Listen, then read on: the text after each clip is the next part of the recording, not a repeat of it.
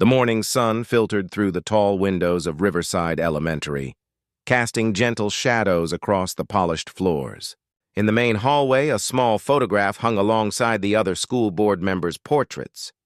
A picture of Robert Harrison, CEO of Harrison Industries, whose generous donations had built the new library wing, but it was his daughter, 6-year-old Emma Harrison, who truly captured everyone's attention that autumn day.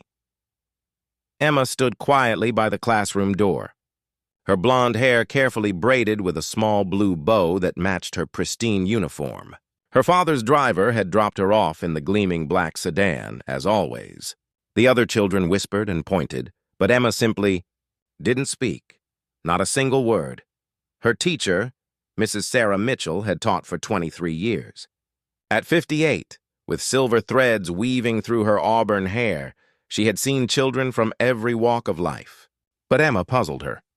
The little girl was clearly bright. Her eyes followed every lesson. Her artwork was exceptional, and she completed assignments perfectly. Yet she remained completely silent. The school principal, Dr. Reynolds, had called Sarah into his office 3 weeks into the school year.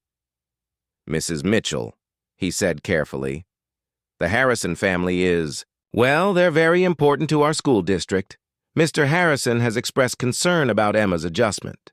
Perhaps she needs special accommodations?" Sarah folded her hands in her lap. "With respect, Dr. Reynolds, Emma doesn't need accommodations.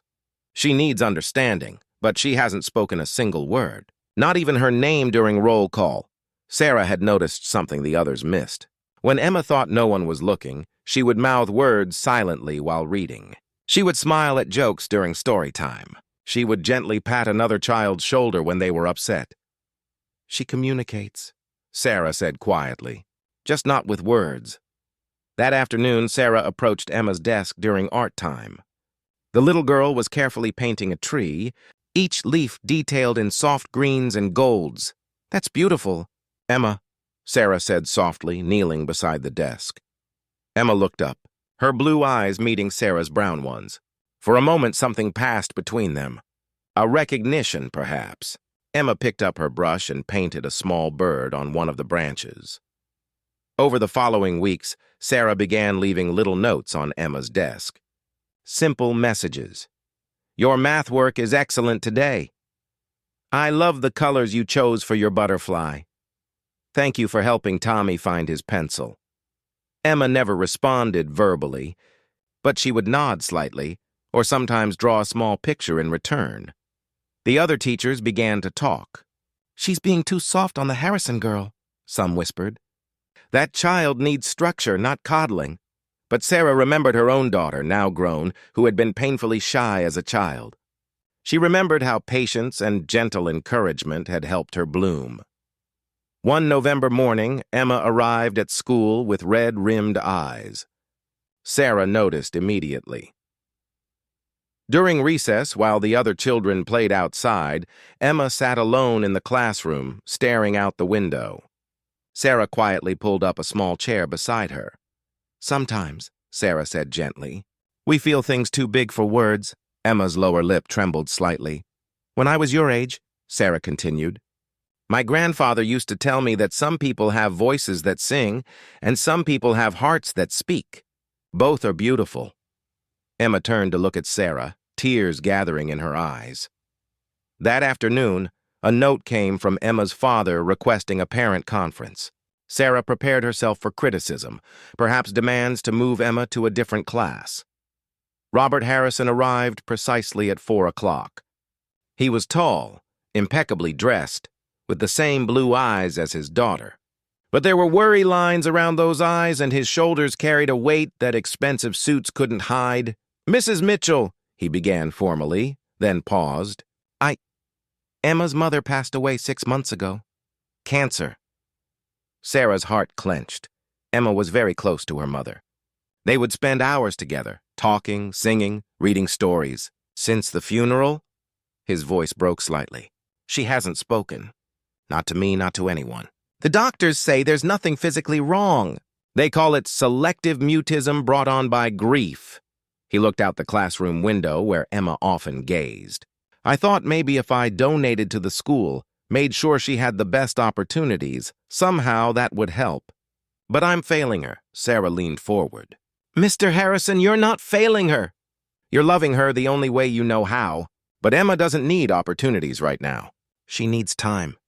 And someone who understands that healing has its own schedule. The other teachers think she needs special programs. Maybe a different school. Emma is exactly where she needs to be, Sarah said firmly. She's processing something enormous. In my experience, children find their voices again when they feel truly safe. 2 weeks later, during the annual Thanksgiving program, the crisis came to a head. Dr. Reynolds approached Sarah with barely contained anxiety. The Harrison family is here for the program.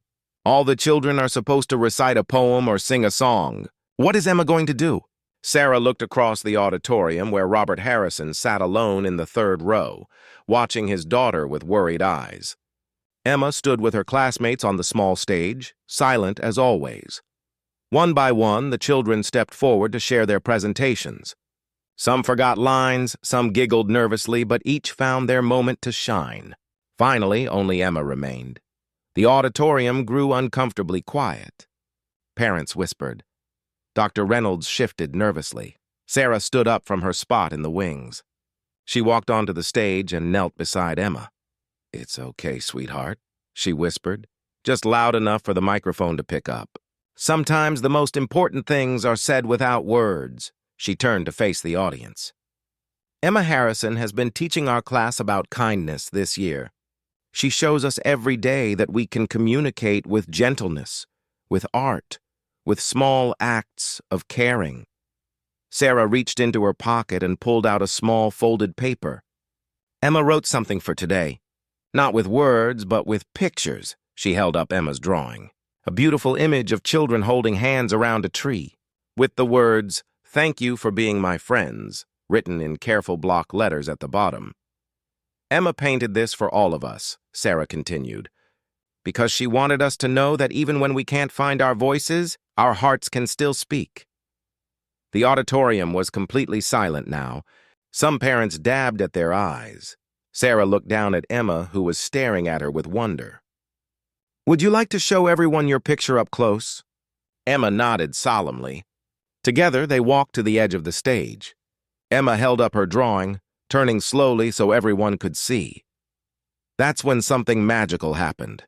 One child in her class started clapping, then another. Soon the entire auditorium was applauding. Not politely, but with genuine warmth and appreciation. Emma's face broke into the first real smile Sarah had seen from her. And as the applause continued, something extraordinary occurred. Emma looked out at her father, sitting in that third row with tears streaming down his face. She took a small step forward to the microphone. "Thank you," she whispered. 2 words, barely audible, but they carried the weight of months of silence, the journey from grief toward healing. The auditorium erupted in gentle cheers. Robert Harrison stood up, his hand over his heart, mouthing, "I love you," to his daughter. After the program, as parents and children mingled in the hallway, Robert approached Sarah. "How did you know?" he asked quietly. Sarah smiled. "I've learned that children, like flowers, bloom in their own time." Emma needed to know she was valued, exactly as she was before she felt safe enough to risk being vulnerable again. The other teachers wanted to push her. Sometimes the greatest gift we can give a child is the patience to wait for their readiness. Emma never stopped communicating. She just needed someone to listen with more than their ears. As they spoke, Emma approached, slipping her small hand into her father's. "Daddy," she said softly, "Mrs. Mitchell understands about quiet voices." Robert knelt down to his daughter's level. "Yes, she does, sweetheart. And so do I now." Emma turned to Sarah. "Mrs. Mitchell, can I tell the class about Mommy tomorrow? About how she taught me that love doesn't need words?" Sarah's eyes filled with tears. "I think that would be beautiful, Emma. Whenever you're ready." As the Harrison family walked toward the parking lot, Emma skipping between her father and teacher, Sarah reflected on the year's journey.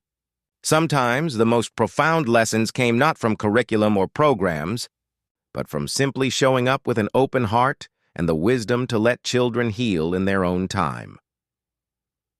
The next Monday, Emma stood before her classmates and shared stories of her mother. How she had taught Emma to paint, how they had read together every night, how love lived on even when voices were quiet, and in that sharing, Emma discovered that her voice, when it finally emerged, was stronger and more beautiful than anyone had imagined.